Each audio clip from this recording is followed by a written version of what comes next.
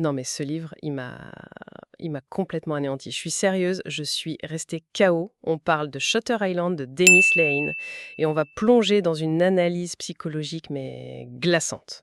C'est troublant. On suit un US Marshal, Teddy Daniels, et on est largué avec lui sur une île prison, mais dès la toute première page. C'est l'histoire d'un enquêteur qui recherche une fugitive qui pourrait bien être en fait une pure invention. C'est dingue, non? Et tout ce qui est en jeu, finalement, c'est sa propre perception de la réalité. Alors pour planter le décor, on est en 1954, on a deux US Marshals, Teddy Daniels et son nouveau partenaire Chuck Halls. Ils sont sur un ferry, ça tangue pas mal.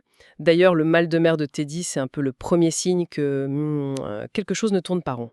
Leur destination, c'est Shutter Island, un asile pour criminels aliénés, complètement isolé au large du Massachusetts. Et leur mission, sur le papier, elle a l'air simple. Retrouver une patiente, Rachel Solando. Une meurtrière qui s'est juste volatilisée d'une cellule fermée à clé. C'est ça. Et dès le début, l'île elle-même, c'est un personnage. Ce n'est pas juste un décor, quoi. Les descriptions sont lourdes, oppressantes. L'asile Ashcliffe, il est présenté comme une forteresse. C'est impénétrable. Le sentiment d'être piégé, il s'installe avant même qu'il pose le pied à terre. Et pour couronner le tout, une tempête monstrueuse se prépare, ce qui ajoute une couche de claustrophobie à cette atmosphère déjà gothique. On sent bien que ce n'est pas une enquête ordinaire qui s'annonce. Exactement. Et l'enquête, elle piétine. Mais, tout de suite, il se heurte à des murs invisibles.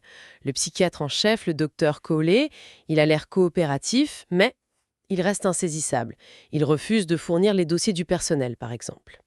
Il y a des zones de l'île qui sont interdites, comme le pavillon C, où sont les patients les plus dangereux. Et surtout, le phare. Le seul indice qu'ils ont, c'est une note laissée par la patiente. Une note énigmatique. La loi du 4, qui est le 67. Et Teddy, lui, il est persuadé qu'il y a un 67e patient caché sur cette île. Et c'est là que la manipulation du lecteur commence. Le récit nous place, avec Teddy, dans un état de suspicion constant. Le personnel de l'hôpital a l'air trop calme, presque complice. Les dialogues sont d'une précision chirurgicale pour instiller ce sentiment de conspiration.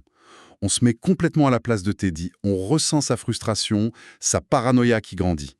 Chaque conversation, chaque regard échangé, on a l'impression que c'est un test. Et puis, la tempête frappe. L'île est coupée du monde. C'est là que Teddy commence à souffrir de migraines, mais des migraines insupportables. Et il a des visions hallucinatoires de sa femme décédée, Dolores, et c'est là qu'on apprend qu'il a une raison très personnelle d'être ici. Il est convaincu qu'Andrew Ladès, l'incendiaire responsable de la mort de sa femme, est l'un des patients. Donc cette affaire, ce n'est plus une simple mission, c'est une quête de vengeance. Ce basculement est crucial. On passe d'un roman policier classique, de style hard-boiled, tu vois, à un thriller psychologique vraiment noir. L'ouragan extérieur devient le miroir parfait de sa tempête intérieure.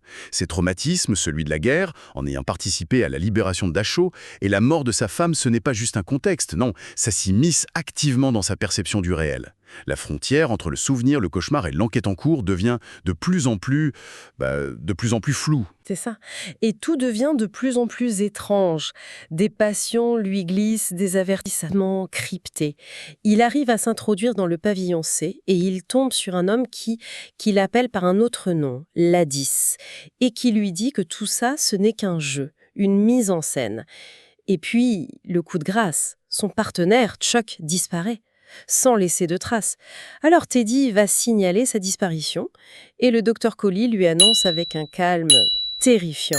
Il lui dit « Vous n'avez pas de coéquipier, vous êtes arrivé seul sur cette île. » Ce que complot qui vise à le faire passer pour fou, soit il l'est vraiment. L'institution tout entière, les médecins, les gardes, même les autres patients, on a l'impression que tout le monde fait partie du jeu. La question, ce n'est plus de savoir qui est le 67e patient. La vraie question, c'est qui est vraiment Teddy Daniels?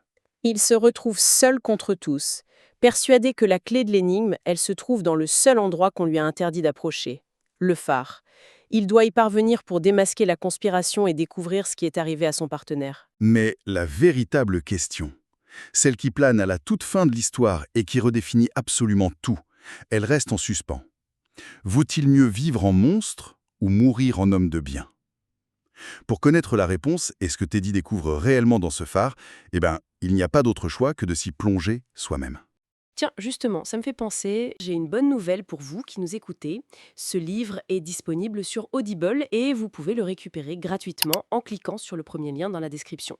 L'idée, c'est vraiment des narrations très immersives. Une narration professionnelle, bien incarnée, ça change absolument tout. La personne ne fait pas que lire, elle interprète, elle donne vie au texte. Ah tiens, super, en plus de la vidéo, il y a un livre audio. Si on veut juste le livre, le lien pour récupérer votre livre audio se trouve dans la description de la vidéo. Si vous avez apprécié le contenu, n'hésitez pas à laisser un petit pouce en l'air et à vous abonner à notre chaîne YouTube pour ne rien manquer des prochaines vidéos. Pour ma part, je vous donne rendez-vous très bientôt pour une prochaine vidéo. En attendant, je vous souhaite une excellente fin de journée ou une agréable soirée et à très vite.